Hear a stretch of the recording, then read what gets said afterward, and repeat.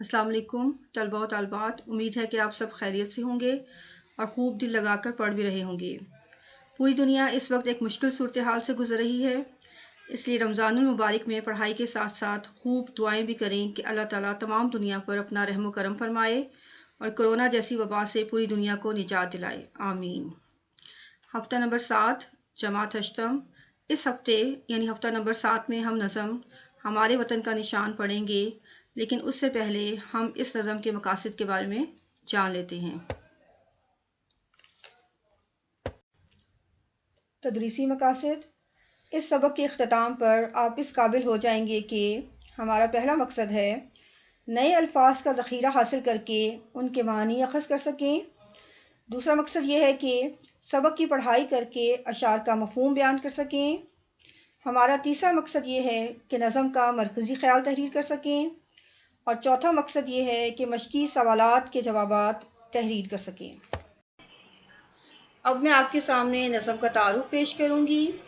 हमारे परचम पर आसमान भी नाज करता है, इस पर बना चांद तारा हमारी खुशकिस्मती की अलामत है। हमारे परचम से सारी दुनिया लरसती है, ये हमारे उन गाजियों की करामात का निशान है जिनके सीने कुरान के नूर और चेहरे ईमान की रोशनी से मुनव्वर थे। अल्लाह करे कि हमारा परचम यूं ही क़यामत तक लहराता रहे। अब मैं आपके सामने नज़म हमारे वतन का निशान का मरकज़ी ख़्याल पेश करूँगी। इस नज़म का मरकज़ी ख़्याल ये है कि हमारा मुल्क पाकिस्तान क़यामत तक कायम दायम रहे, हमारे मुल्क का झंडा हमेशा सलामत रहे। ये झंडा हमारे बुज़ुर्गों की कुर्बानियों, हमारे गाजियों की करामात और हमारे बहादुरों की क़ुव्वत का निशान है। आइए तलबा व तालबात कुछ मुश्किल अल्फाज के मानी के बारे में जान लेते हैं। पहला लफ्ज़ है रश्के फ़लक, इसका मानी है जिस पर आसमान नाज करे। दूसरा ज़ूफ़िशां, रोशनी बखेरने वाला। तैग़ यानी तलवार, बख्ते बेदार, जागी हुई किस्मत। लर्ज़ा और तरसा, कांपना और डरना। खाकान, चीन का बादशाह। सरनिगू, सर झुकाए हुए। जबीने वतन, मुल्क की पेशानी। हिलाल, पहली रात का चांद। खमदार, झुका हुआ या मुड़ा हुआ। सितवत, शान शौकत। अजम, गैर अरब।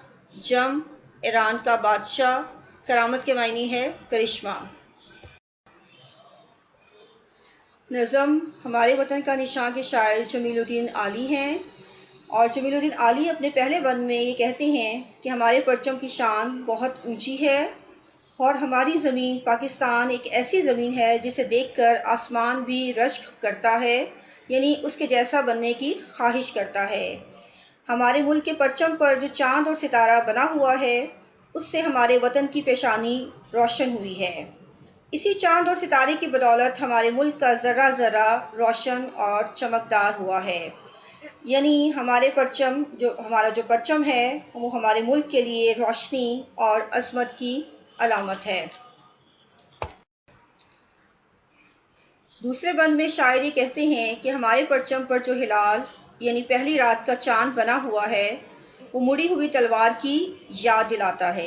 एक ऐसी तलवार जो हमेशा अपने दुश्मनों की सरकोबी के लिए हर वक्त तैयार रहती है। और इस पर जो सितारा बना हुआ है वो हमारी बेदार हुई किस्मत की निशानदही कर रहा है। यानी अल्लाह ताला के फजलो करम से हमारी कौम की किस्मत बहुत अच्छी है। जिस तरह से ये चांद और सितारा रोशन और चमकदार है, इंशाअल्लाह ताला हमारे मुल्क का मुकद्दर भी इसी तरह से रोशन और चमकदार होगा। हमारे परचम पर बना हुआ ये निशान हमारी कौम की अज़मत का मुंह बोलता सबूत है। इससे ये जाहिर होता है कि हमारे मुल्क का मुस्तकबिल बहुत ताबनाक है। बंद नंबर 3 में शायद ये कह रहा है कि हमारे वतन के परचम पर जो चांद और सितारा बना हुआ है, इस निशान से दुनिया की बड़ी बड़ी ताकतें लर्जा और तरसा थी, यानी खौफज़दा थी। रोम और ईरान जैसे ताकतवर मुल्कों के सामने जब मुसलमान तौहीद का पैगाम लेकर पहुँचे तो उन्हें सर झुकाना पड़ा, क्योंकि मुसलमानों का जज्बा ईमानी ही इस कदर ज़्यादा था कि दुनिया की कोई भी ताकत उनके जज्बे के सामने ठहर ना सकी और अजीमुशान फतह मुसलमानों का मुकद्दर बनी। چوتھے بند میں شاعر کہتے ہیں کہ ہمارے ملک کا پرچم ہماری شان اور سنہری روایات کا امین ہے۔ یہ نشان ہمیں ان بہادر غازیوں کی یاد دلاتا ہے جنہوں نے پوری دنیا پر فتح کا پرچم بلند کیا، اور ان شہیدوں کی بھی یاد دلاتا ہے جنہوں نے اپنا خون دے کر اسلام کو زندہ رکھا، اور ان کی چلتی ہوئی مسلسل تلوار نے دشمنوں کے دل پر ہیبت طاری رکھی۔ پانچویں بند میں شاعری بیان کرتے ہیں کہ ہمارے اسلاف کے سینے قرآن پاک کے نور سے روشن تھے، یعنی ان مجاہدین میں جذبہ ایمانی بہت زیادہ تھا، اور ان کے چہروں پر ایمان کی چمک دکھائی دیتی تھی، اور انہیں دیکھ کر ایسا لگتا تھا کہ وہ کبھی بھی ہمت نہیں ہارے، اور ان کی قوت ہمیشہ جوان رہتی ہے، یعنی وہ اسلام کی خدمت کے لیے ہر وقت تیار رہتے تھے۔ نظم کے چھٹے بند میں شاعر یہ بیان کرتے ہیں کہ پاکستان کی بہادر افواج کی دہشت سے صحرا بھی گھبرا جاتا ہے۔ ہمارے بہادر فوجیوں کا رعب و دبدبا اتنا زیادہ ہے کہ ان کے سامنے پہاڑ، وادیاں، جنگل، بیاباں ہر کوئی لرزنے لگتا ہے، کانپنے لگتا ہے۔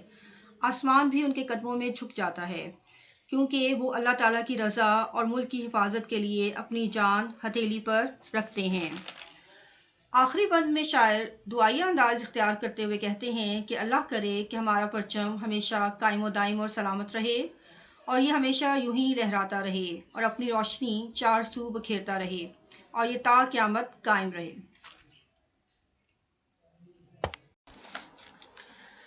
اب ہم مشقی سوالات کریں گے۔ پہلا سوال یہ ہے کہ ہمارے وطن کا نشان سے کون سی چیز مراد ہے؟ یہ بہت آسان سوال ہے، امید ہے اس کا جواب آپ کو آتا ہوگا۔ دوسرا سوال ہے کہ ہمارے قومی نشان سے کون لرزاں و ترساں تھے؟ یعنی آپ نے ان قوتوں اور طاقتوں کے نام اس میں بتانے ہیں جو مسلمانوں سے خوف زدہ تھے۔ لرزاں و ترساں کا مطلب یہاں پر خوف زدہ کر دینے والی چیز ہے۔ تیسرا سوال یہ ہے کہ ہماری قومی پرچم پر ستارہ کس چیز کی چمک ہے؟ یہ واضح ہے جواب اس کا، امید ہے اس کا جواب بھی آپ کو معلوم ہوگا۔ سوال نمبر 4 یہ ہے کہ شاعر نے بہادر غازیوں کی ہمت اور قوت کے بارے میں کیا کہا ہے؟ یہ سوال بھی بہت آسان ہے، اس کا جواب امید ہے کہ آپ خود سے لکھ لیں گے۔ طلباء و طالبات، امید ہے کہ شاعر کا پیغام آپ تک بخوبی پہنچ گیا ہوگا اور آپ کے اندر وطن کی محبت نے گھر کر لیا ہوگا۔ شکریہ۔